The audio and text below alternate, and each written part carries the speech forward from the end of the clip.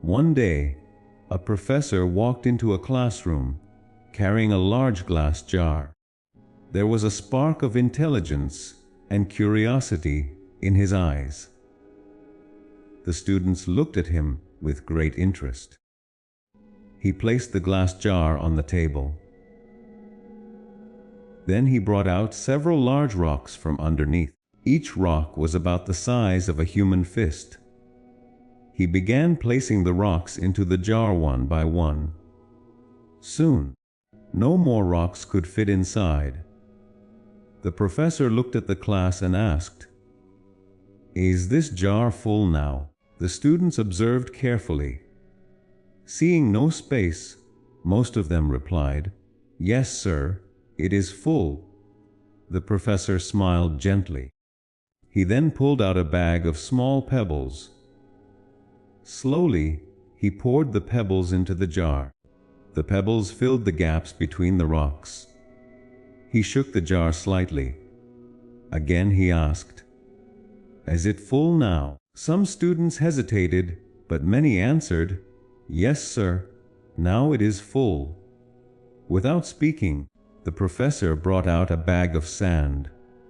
He poured the sand into the jar. The fine grains filled every remaining space. Once again he asked, "Is it full now?" This time the class replied together, "Probably." The professor smiled knowingly. He then took out a mug of water. Carefully, he poured the water into the jar. The water seeped through the sand and filled the jar completely. "Yes," the professor said, "no, the jar is truly full." The classroom became silent. The professor looked at the students and said, "This jar represents your life. The big rocks are the most important things in life. They represent your family, health, and deep relationships. They also represent your dreams and goals. Even if you lose everything else, these will make your life feel complete. The pebbles represent other important things. They stand for your career, house, car, and education. They matter, but not as much as the rocks. The sand represents small and trivial things. It is endless scrolling, distractions, and unimportant activities. The professor paused before continuing. If you fill the jar with sand first, there will be no room for the rocks. The same is true in life. If you spend your time on small things, you lose space for what matters. Your rocks are the pillars of your life: family, health, dreams, and passions. If you ignore them, regret will follow. So always place your rocks first.